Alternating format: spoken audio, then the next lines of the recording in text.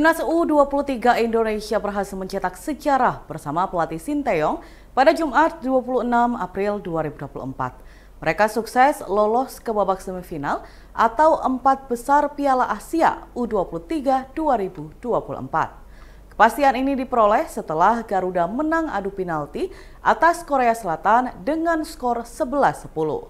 Dilansir dari tribunnews.com, laga antara Korea Selatan versus Timnas U23 Indonesia digelar di Stadion Abdullah bin Khalifa, Doha pada Jumat 26 April dini hari.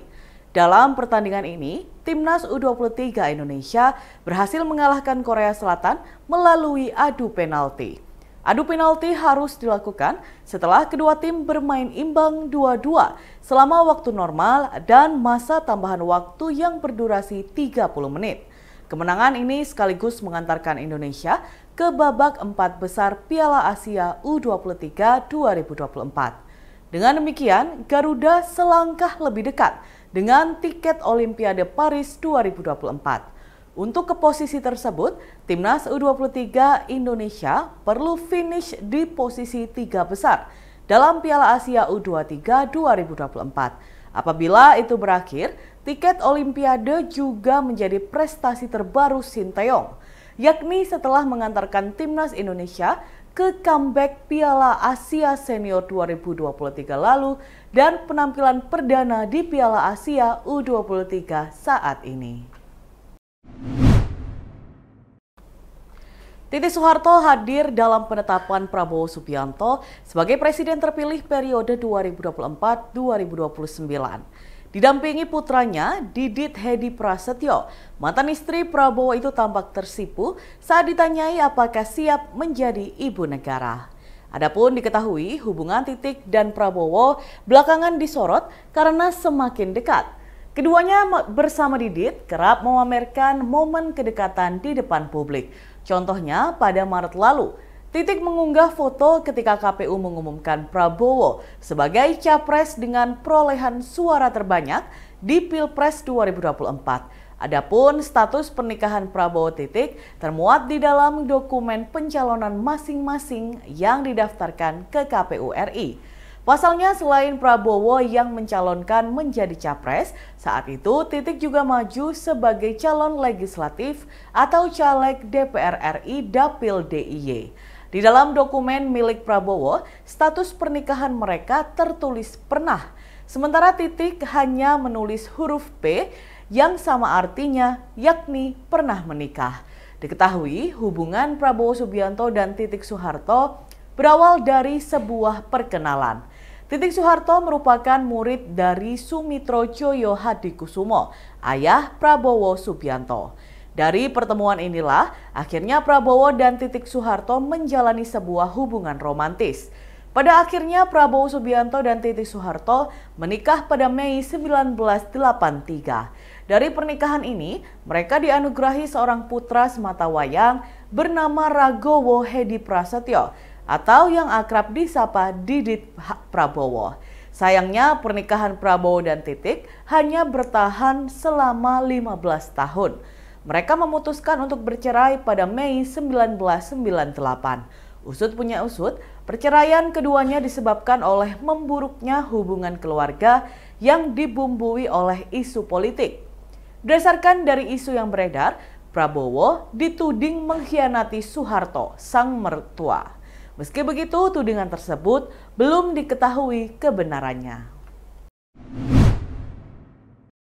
Yordania memberikan respon atas ajakan Hamas melawan Israel di Gaza. Sebagaimana diketahui, sebelumnya Brigade Al-Qassam mengajak masyarakat Yordania untuk bergabung dengan Hamas menumpas Israel. Seruan itu diungkap oleh juru bicara Brigade Al-Qassam, sayap militer Hamas, Abu Ubaidah, dalam pernyataan terbaru pada Kamis 25 April 2024 lalu. Yordania sejauh ini menjadi negara Arab yang secara langsung terseret dalam konflik antara Israel-Palestina serta barisan milisi pendukungnya. Terseretnya Yordania dalam konflik tersebut selain karena faktor geografis dan sejarah, juga karena mereka merupakan pemegang kendali dari Badan Wakaf Pengelola Masjid Al-Aqsa di Al-Quds, Yerusalem. Israel telah melakukan tindakan yang tidak patut terhadap tempat ibadah umat Muslim di daerah tersebut, di mana para pemukim Yahudi ekstremis menyerbu Masjidil Haram Al-Aqsa, Al-Haram Al-Syarif, dan melakukan praktik provokatif yang melanggar kesuciannya. Tindakan itu menuai kecaman dari Kementerian Luar Negeri dan Urusan Ekspatriat Yordania. Dalam pernyataannya, Kementerian Yordania juga mengutuk pemberlakuan pembatasan masuknya jamaah Palestina ke Masjid Al-Aqsa. Diketahui, aksi provokatif kelompok Yahudi ekstremis tersebut dalam beberapa hari belakangan kian masif dan gencar berkenaan dengan perayaan Hari Paskah Yahudi, di mana mereka berniat melakukan persembahan dengan menyembelih hewan kurban sebagai bentuk ritual peribadatan penyucian dari najis. Wali Kota Surakarta Gibran Rakabuming Raka seharusnya mendapatkan tanda kehormatan Satya Lancana Karya Bakti Praja Nugraha pada Kamis 25 April 2024. Namun, nama putra sulung Presiden Jokowi tersebut mendadak hilang dari daftar kepala daerah penerima. Mengutip keputusan Presiden atau Kepres nomor 24 TK tahun 2024, nama Gibran berada di deretan kepala daerah yang mendapat penghargaan prestisius dari Presiden tersebut. Termasuk Gibran, seharusnya ada 15 penerima penghargaan yang mendapat penyematan pada upacara peringatan Hari Otonomi Daerah atau OTODA ke-28 yang berlangsung di Surabaya. Namun, pada acara tersebut hanya ada 14 orang penerima penghargaan yang dipimpin oleh Menteri Dalam Negeri Tito Karnavian mewakili Presiden Joko Widodo. Di antaranya ada Wali Kota Surabaya Eri Cahyadi, Wali Kota Medan Bobi Nasution, hingga Gubernur Jawa Timur periode 2019-2024 Khofifah Indar Parawansa. Dikonfirmasi terkait hal tersebut, Tito membantah bahwa Gibran mendapatkan penghargaan tanda kehormatan Satya Lancana Karya Bakti Praja Nugraha. Menurut Tito, Gibran mendapatkan piagam penghargaan dari Kemendagri. Namun, berbeda dengan Satya Lancana yang berdasarkan keputusan Presiden nomor 24 TK tahun 2024. Piagam penghargaan dari Kemendagri dikeluarkan berdasarkan keputusan Mendagri nomor 100/2176646 tahun 2023. Tidak hanya Gibran, sejumlah pemimpin dari 5 provinsi, 4 kabupaten, dan 10 kota turut mendapatkan apresiasi Kemendagri tersebut. Dalam penyerahan piagam ini, Gibran diwakili oleh pejabat di lingkungan Pemkot Surakarta. Tito mengatakan wakil presiden terpilih tersebut berhalangan hadir karena sedang mengikuti kegiatan di Jakarta. Meskipun tidak hadir, Gibran telah memberikan ucapan terima kasih atas penghargaan yang diberikan oleh Tito. Tito memastikan bahwa ada banyak pertimbangan apresiasi tersebut diberikan. Mendagri melibatkan pihak luar seperti pakar hingga organisasi internasional untuk ikut memberikan penilaian. Tito memaparkan pemberian penghargaan itu diberikan secara objektif, berdasarkan variabel-variabel indikator yang sudah ditentukan, dan masing-masing mereka telah diwawancarai kemudian terpilih. Penilaian didasarkan pada hasil kerja masing-masing daerah selama ini. Ia menegaskan tim penilai bersifat independen dan bisa dipertanggungjawabkan sehingga bukan karena pesanan. Dan Tribuners, berikut kita simak bersama penuturan dari Mendagri Tito Karnavian. Yang cukup baik bersama-sama dengan sejumlah kota, kabupaten, provinsi ya, hampir 30 dari. Saya memahami bahwa Mas Gibran banyak sekali kegiatan. Saya juga hadir kemarin waktu di KPU. Kemudian beliau juga langsung melakukan banyak sekali pertemuan dengan Pak Wapres, dengan Pak Presiden, dan saya sangat bisa memahami sampai malam mungkin ya. Sedangkan kita kan acaranya pagi di sini. Ya, jadi saya mendapat informasi beliau tidak dapat hadir karena memang waktunya sangat mepet sekali. Tapi beliau memberikan menyampaikan ucapan terima kasih atas penghargaan yang telah diberikan, dan saya sudah sampaikan tadi bahwa penghargaan yang diberikan baik dalam bentuk satya lencana kepada sejumlah kepala daerah termasuk Ibu Kofifa. Kalau Mas Gibran tidak dapat satya lencana ya, tapi dapat piagam penghargaan yang masuk kelompok yang kedua. Itu memang dinilai oleh, saya sudah pengalaman, tidak mau oleh Kemendagri sendiri, tapi oleh kementerian lembaga terkait serta pihak eksternal. Eksternalnya dari akademisi, para pakar ya, dan juga lembaga-lembaga yang kita anggap kredibel, seperti misalnya NGO, partnership, kemitraan, itu kan lembaga-lembaga yang nggak bisa diintervensi mereka. Saya betul-betul ingin mengharapkan pemberian penghargaan itu dilaksanakan secara objektif sesuai dengan variabel-variabel indikator yang sudah ditentukan, dan itu kemudian dilakukan wawancara lagi satu-satu sehingga akhirnya kemudian terpilih. Dan saya sangat yakin terpilihnya juga karena sekali lagi bukan karena pesanan, tapi karena betul-betul ini adalah tim yang independen, dan kedua kita juga mempertanggungjawabkan, karena itu kan teman-teman kepala daerah kan paham yang mana daerah yang berprestasi, yang tidak tahu. Pak Tito, berarti Pak Gibran nggak jadi masuk daftar kepala daerah yang menerima satya lancana ya? Bukan satya lancana, tapi yang ya. Kemarin sempat masuk lalu batal begitu Pak? Enggak, memang masuknya di yang penghargaan Kemendagri dalam kinerja pemerintahan daerah. Kalau yang satya lancana ini ada kriteria tambahan. Di situ Ibu Kofifa yang dapat, terus Pak Bobi juga dapat ya. Kenapa Pak Gibran samping Pak Banyuwangi juga dapat ya. Kriteria tambahannya apa? Ya saya nggak tahu, itu pasti dari tim yang gabungan internal eksternal itu memiliki kriteria tersendiri mereka. Ya. Itu kalau ini KTP DKI Pak kan dinonaktifkan itu beberapa, nah itu dampaknya. Nah saya udah tanya kepada Dirjen Capil, sebagian besar ada orangnya yang sudah wafat, gitu. Ada yang kemudian pindah keluar daerah. Nah otomatis datanya menurut DKI karena orangnya sudah meninggal, kemudian juga ada yang keluar daerah, maka dinonaktifkan. Tapi saya minta untuk Dukcapil Kemendagri mengawal verifikasinya. Jangan misalnya bahwa betul yang dinonaktifkan itu karena memang sudah wafat. Kalau wafat kan nggak mungkin diberikan KTP. Ini kedua, pindah daerah. Kalau udah keluar daerah DKI kan otomatis bisa. Masa KTP nanti dua? Kita kan single identity satu KTP gitu. Ada Jokowi tidak hadir kenapa Pak? Ya? Ada banyak pilkada nggak Pak? Waduh, kalau di pilkada di Jakarta itu kan penduduknya kan hampir 10 juta lebih ya. Daftar pilihnya kalau menurut yang lalu hampir 7 juta ya. Jadi kalau 90.000 nggak ada, saya nggak pengaruh.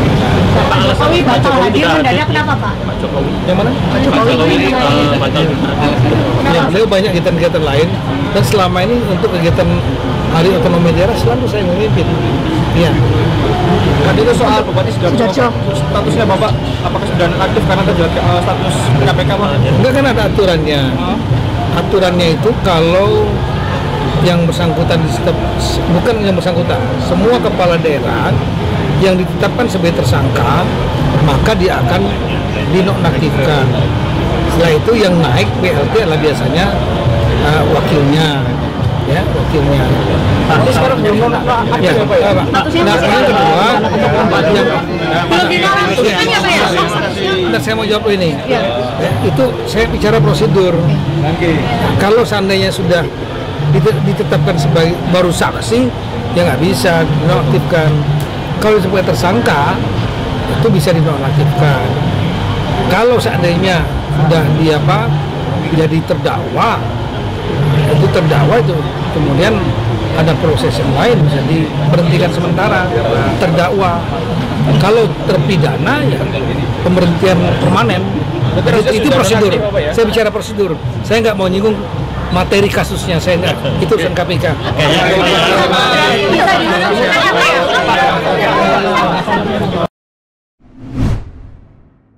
Aibda K, 53 tahun, oknum anggota Polsek Sawahan, Polrestabes Surabaya, yang meruda paksa anak tirinya selama 4 tahun resmi berstatus tersangka dan segera menjalani sidang kode etik. Hal tersebut disampaikan oleh Kabid Humas Polda Jatim di sela pelaksanaan Rakernis Humas Polri di Kota Surabaya pada Senin 22 April 2024. Oknum Aibda K sudah dilakukan penahanan di ruang tahanan Mapolres Pelabuhan Tanjung Perak, Surabaya. Sejak kasus pertama kali dilaporkan pada Rabu 3 April 2024. Setelah dilakukan serangkaian penyelidikan dan penyidikan dengan memeriksa korban, saksi, termasuk olah TKP, Aibda K telah resmi berstatus tersangka pada Minggu 21 April. Kemudian, oknum Aibda K telah dijadwalkan untuk menjalani sidang kode etik Polri dalam waktu dekat. Dirmanto menjelaskan, sidang internal tersebut akan menentukan kelayakan oknum Aibda K menyandang status sebagai anggota Polri dengan menimbang perbuatan hukumnya. Saat disinggung mengenai potensi oknum Aibda K akan dipecat atau diberhentikan tidak dengan hormat atau PTDH, Dirmanto menyebutkan kewenangan tersebut berada pada Majelis Hakim Persidangan Etik Internal Polri. Diberitakan sebelumnya, seorang pelajar perempuan kelas 3 SMP berinisial AAS 15 tahun menjadi korban kekerasan seksual dari ayah tirinya yang berprofesi sebagai anggota polisi di Surabaya, yakni Aibda K, 53 tahun. Informasinya, korban mengalami kekerasan seksual dari ayah tirinya selama 4 tahun, sejak tahun 2020 saat ia masih duduk di bangku kelas 6 SD hingga kelas 3 SMP tahun 2024. Aibda K berstatus sebagai ayah tiri dari korban AAS. Ibunda kandung korban AAS berinisial MH, 28 tahun, menikah secara siri dengan Aibda K yang berstatus duda sejak tahun 2013 silam. Diketahui Aibda K dan MH telah memiliki 2 anak selama pernikahan sirinya. Dan Tribuners, berikut kita simak bersama penuturan dari Kabid Humas Polda Jatim, Dirmanto.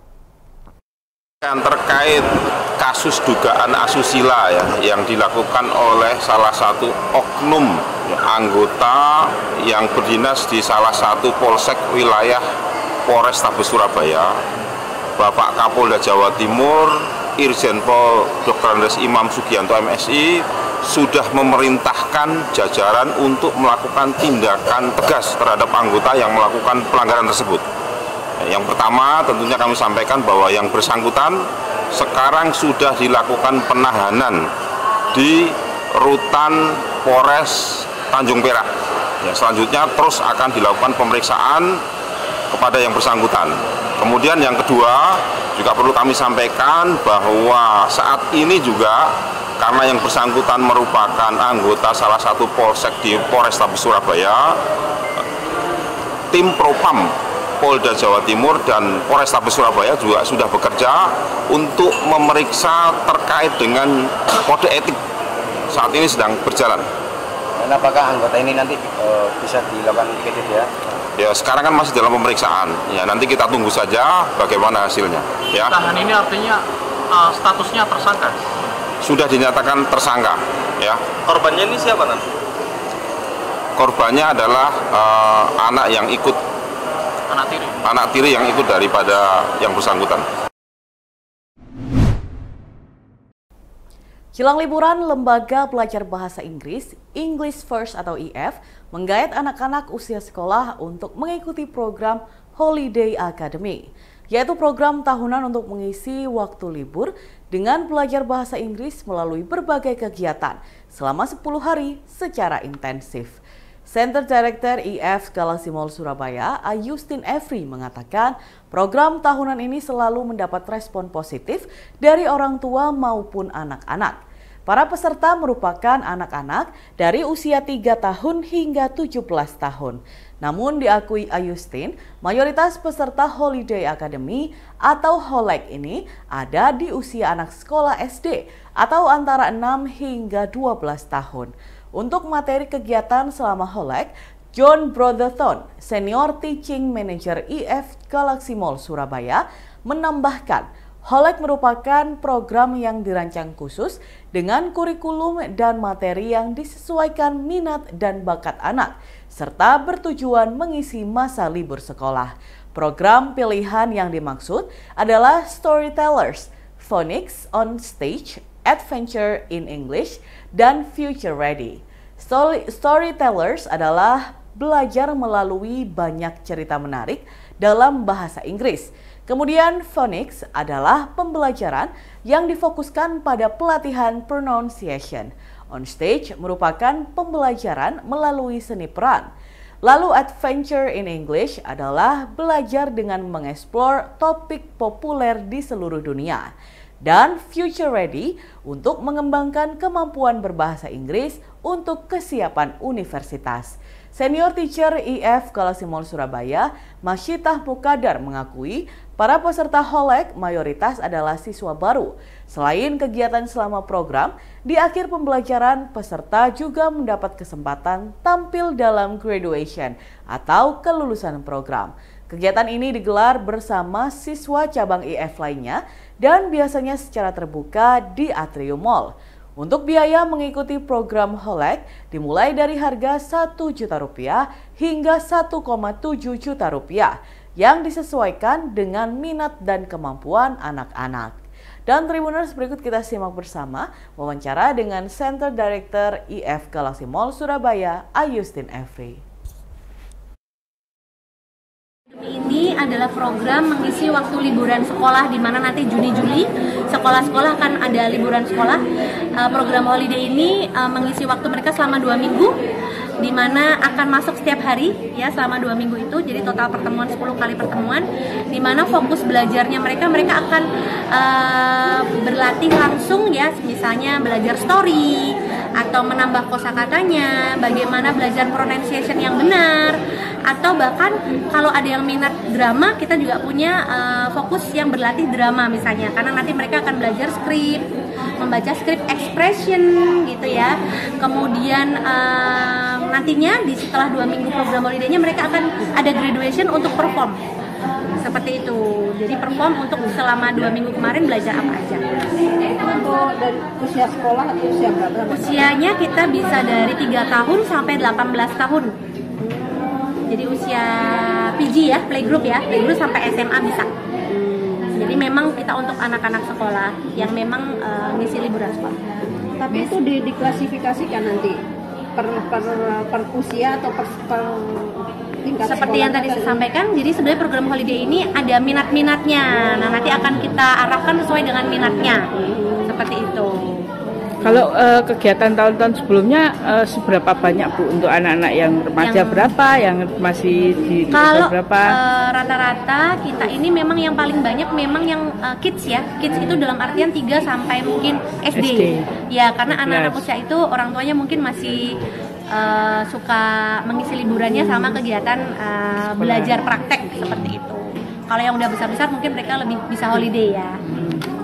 Jadi banyak yang kids memang pengalaman. Kebanyakan yang ikut ini yang memang sebelumnya siswa dari IF juga, atau ada yang baru yang kepengen nyoba dulu? Ya. Justru setiap tahun kita lebih banyak murid yang belum IF. Karena seperti tadi dibahas di talk show tadi, banyak orang tua yang mau coba dulu program IF ini seperti apa sih, skill base-nya seperti apa, serunya seperti apa, dicoba dulu yang pendek 2 minggu. Nah, mereka baru akhirnya bergabung yang program IF panjang. Yang selanjutnya lebih banyak yang setelah mencoba 2 minggu itu mereka langsung lanjut? Banyak Pak, ya. Seperti itu. Kita banyak rata-rata berapa persen Bu? Misalnya bisa mereka coba dulu gitu. Coba dulu akhirnya bergabung itu biasanya bisa sampai 80-90%. Sisanya efektif ya. Jadi karena anak-anak akhirnya ngerasain ya kan, oh ternyata teachernya kalau ngajar di kelas seperti ini. Oh ternyata fun ya. Ternyata di kelas itu nggak cuman baca kayak gitu atau menulis, tapi mereka bahkan langsung play the games atau langsung berlatih dramanya. Download Tribun X sekarang, menghadirkan lokal menjadi Indonesia.